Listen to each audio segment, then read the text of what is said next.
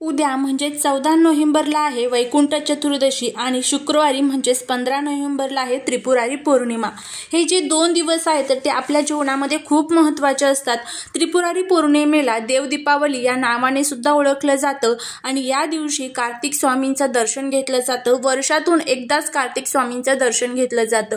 वैकुंठ चतुर्दशीच्या दिवशी भगवान शिवशंकर आणि भगवान विष्णू यांची गळाभेट होत असते आणि त्यानंतर भगवान शिवशंकर हे कैलास पर्वतावर निघून जात असतात आणि भगवान विष्णू हे पृथ्वीचा कारभार जो 4 महिने भगवान शिवशंकरांनी आपल्या हातामध्ये घेतलेला होता तर तो कारभार ते स्वतः सांभाळत असतात। तर इतकं महत्त्व हे वैकुंठ चतुर्दशी आणि त्रिपुरारी पौर्णिमेला आहे। त्रिपुरारी पौर्णिमेच्या दिवशी भगवान शिवशंकर यांनी त्रिपुरासुर नावाच्या राक्षसाचा वध केला होता आणि याच दिवशी त्यांच्या स्मरणार्थ त्रिपुरवात जाळली जाते आणि ही त्रिपुरवात जाळल्यामुळे आपल्या जीवनातील कितीही मोठं संकट असू द्या, दुःख असू द्या, दारिद्र्य असू द्या, लक्ष्मी प्राप्तीतील अडचणी असू द्या तर त्या सर्व दूर होण्यासाठी मदत होत असते। तर वैकुंठ चतुर्दशी असू द्या किंवा त्रिपुरारी पौर्णिमा असू द्या या दिवशी आपल्याला आपल्या घरामध्ये काही उपाय करायचे आहेत, काही सेवा करायच्या आहेत। आता बघा आजच्या व्हिडिओमध्ये जे काही उपाय सांगणार आहे तर ते तुम्हाला जर उद्या जमले म्हणजेच वैकुंठ चतुर्दशीला गुरुवारी जमले तर तुम्ही गुरुवारीही करू शकता, तुम्हाला शुक्रवारी जमले तर तुम्ही शुक्रवारी म्हणजेच त्रिपुरारी पौर्णिमेला सुद्धा करू शकतात। तर आता हा उपाय कशा पद्धतीने करायचा आहे त्याबद्दलची संपूर्ण माहिती या आजच्या व्हिडिओमध्ये आपण घेणार आहोत। त्यामुळे जर तुम्हाला हा व्हिडिओ आवडला तर चॅनलला सबस्क्राईब करा, शेजारील बेल आयकॉनलाही प्रेस करा म्हणजे माझ्या सर्व नवीन व्हिडिओंचं नोटिफिकेशन तुम्हाला मिळेल आणि तुम्ही एक पण व्हिडिओ मिस करणार नाही। त्याचबरोबर कमेंटमध्ये श्री स्वामी समर्थ लिहिला अजिबात विसरू नका। वैकुंठ चतुर्दशी असेल किंवा त्रिपुरारी पौर्णिमा असेल त्या दिवशी आपल्या जीवनामध्ये जे काही दुःख असतात, संकट असतात, दोष असतात, दारिद्र्य असतात तर ते दूर करण्यासाठी आपण भरपूर उपाय करू शकतो कारण यावेळेस पृथ्वीवरील जी सकारात्मक ऊर्जा आहे तर ती अनेक पटीने सक्रिय असते। पौर्णिमा तिथीचा प्रारंभ हा शुक्रवारी सकाळी 6:20 होणार आहे आणि शुक्रवारी पहाटे 2:59 पौर्णिमा तिथीची समाप्ती होणार आहे। कार्तिक पौर्णिमेच्या दिवशी काही गोष्टींची काळजी घेणे महत्त्वाचं मानलं जातं। या दिवशी काही कामे निषिद्ध असतात त्याबद्दलची माहिती आजच्या व्हिडिओमध्ये आपण घेणार आहोत। कार्तिक पौर्णिमेचा दिवस स्नान करण्यासाठी अत्यंत शुभ मानला जातो। असे मानले जाते की या दिवशी गंगा नदीत स्नान केल्याने मनुष्य सर्व पापांपासून मुक्त होतो आणि अनंत फळ मिळते। या दिवशी देव दीपावली देखील साजरी केली जाते। हिंदू दिनदर्शिकेनुसार कार्तिक पौर्णिमा ही शुक्रवारी 15 नोव्हेंबरला आहे आणि एकादशीपासून सुरू झालेला तुळशी विवाह करण्याचा हा शेवटचा दिवस असणार आहे। कार्तिक पौर्णिमेच्या दिवशी भगवान शंकराने त्रिपुरासुराचा वध केला आणि देवांना त्यांच्या हत्यारापासून मुक्त केले।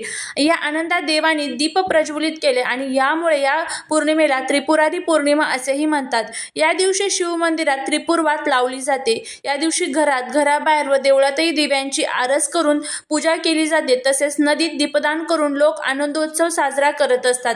कार्तिक पौर्णिमेच्या दिवशी लक्ष्मीनारायण आणि महादेवाच्या पूजेबरोबरच काही खास गोष्टींची काळजी घेणे महत्त्वाचे मानले जाते। कार्तिक पौर्णिमेच्या दिवशी सकाळी लवकर उठून पवित्र नदीत स्नान करावे। कार्तिक पौर्णिमेच्या दिवशी भगवान विष्णू आणि देवी लक्ष्मीची पूजा करावी। कार्तिक पौर्णिमेच्या दिवशी नदीत दीपदान करावे, शक्य नसल्यास मंदिरात दीपदान करावे। या दिवशी विष्णू सहस्रनामाचे पठण करावे। कार्तिक पौर्णिमेच्या दिवशी पाण्यात कच्चे दूध मिसळून चंद्रदेवाला अर्घ देणे शुभ मानले जाते। या दिवशी गायीचे दान करणे देखील पुण्यदायी मानले जाते। या शुभ दिवशी तुम्ही अन्न, गूळ आणि कपडे दान करू शकता। या कार्तिक पौर्णिमेच्या दिवशी चांदीची भांडी किंवा दूध दान करू नये। या दिवशी घरात अंधार ठेवू नये। कार्तिक पौर्णिमेच्या दिवशी तामसिक अन्न ग्रहण करण्यास मनाई असते। या महान सणाला ज्येष्ठांचा अपमान करणे टाळावे किंवा अपशब्द वापरू नये। या दिवशी गरीब, असहाय्य आणि गरजूंना रिकाम्या हाताने परत पाठवू नये। आपल्या क्षमतेनुसार अन्नदानाने धान्यदान अवश्य करावे। तर अशा पद्धतीने ही कार्तिक पौर्णिमेची माहिती आहे म्हणजेच त्रिपुरारी पौर्णिमेची आणि वैकुंठ चतुर्दशीची सुद्धा मी तुम्हाला माहिती दिलेली आहे। तर आता आपल्याला हा जो उपाय करायचा आहे तर हा उपाय तुम्ही गुरुवारी सुद्धा करू शकतात किंवा तुम्ही शुक्रवारी सुद्धा करू शकतात। जर 2 दिवस तुम्हाला जमलं तर दोन्ही दिवस तुम्ही हा उपाय करू शकतात। याचे खूप चांगले फायदे होतील तुम्हाला। बघा त्रिपुरारी पौर्णिमा म्हणजेच कार्तिक पौर्णिमेला कार्तिक स्नानाला विशेष महत्त्व दिलं जातं। कार्तिक स्नान का केलं जातं तर आपण जे काही पाप केलेले आहेत, प्रत्येक व्यक्ती काही ना काही पाप करत असतो पण आपल्याला ते माहीत नसतं। तर आपल्याकडनं कोणाचा अपमान होतो, त्याचं मन दुखवलं जातं, तर ते सुद्धा एक आपल्या डोक्यावरती पाप असतं. तर हे जे काही पाप आपल्याकडनं नकळत झालेलं आहे, तर त्या सर्व पापांची क्षमा याचना आपल्याला मिळावी आणि आपल्याला स्वर्गामध्ये स्थान मिळावं, यासाठी आपल्याला कार्तिक स्नानाला विशेष महत्त्व दिलं जातं. पण प्रत्येकालाच पवित्र नद्यांमध्ये जाऊन स्नान करणं इतकं शक्य नसतं. त्यामुळेच काय केलं जातं की आपल्याच घरामध्ये आंघोळीच्या पाण्यामध्ये जर आपण काही वस्तू टाकून आंघोळ केली, तर आपल्या जीवनातील कितीही त्रास, दुःख, दोष, अडचणी असू द्या, तर ते दूर होण्यासाठी मदत होत असते. तर आता हा उपाय कशा पद्धतीने करायचा याबद्दलची संपूर्ण माहिती आपण घेऊया. त्यामुळे जर तुम्हाला हा व्हिडिओ आवडला तर कमेंटमध्ये ओम नमो भगवते वासुदेवाय लिहिला अजिबात विसरू नका. बघा, अशी काही लोक असतात ना, त्या लोकांना आपली झालेली प्रगती बघवत नाही आणि यालाच आपण शत्रुपीडा किंवा शत्रुबाधा याचा त्रास म्हणत असतो, किंवा मग याला आपण नकारात्मक ऊर्जा सुद्धा म्हणू शकतो. आपल्या घरामध्ये सतत भांडण, कटकट, वादविवाद होणं, घरामध्ये आपल्या स्वतःमध्ये आपल्याला नकारात्मक ऊर्जा जाणवणं, आपण कोणत्याही बाबतीत सकारात्मक विचार करत नाही, नेहमी आपल्या मनामध्ये एक नकारात्मक विचार तयार होत असतात. ज्या ह्या अडचणी असतात, जे हे दोष असतात, संकट असतात, तर ते दूर करण्यासाठीच आपल्याला ह्या सर्व गोष्टी करणं तितकंच महत्त्वाचं मानलं जातं. तर आता आंघोळीच्या पाण्यामध्ये अशा कोणत्या वस्तू टाकायच्या जेणेकरून हे जे पाणी आहे तर ते गंगेसमान पवित्र होईल आणि आपल्याला गंगा स्नान केल्याचं सुद्धा पुण्य मिळेल.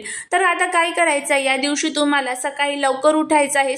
त्यानंतर तुम्हाला भगवान विष्णू आणि त्याचबरोबर माता लक्ष्मी आणि भगवान शिवशंकर यांचं स्मरण करायचं आहे. ओम नमो भगवते वासुदेवाय आणि ओम नमः शिवाय या मंत्राचा तुम्हाला जप करायचा आहे. त्यानंतर तुम्ही आंघोळीसाठी जाऊ शकता.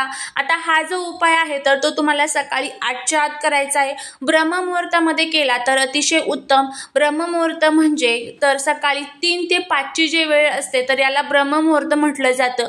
या काळामध्ये जे कोणी आंघोळ करतं तर त्याच्या जीवनातील सर्व त्रास हे नक्कीच दूर होत असतात.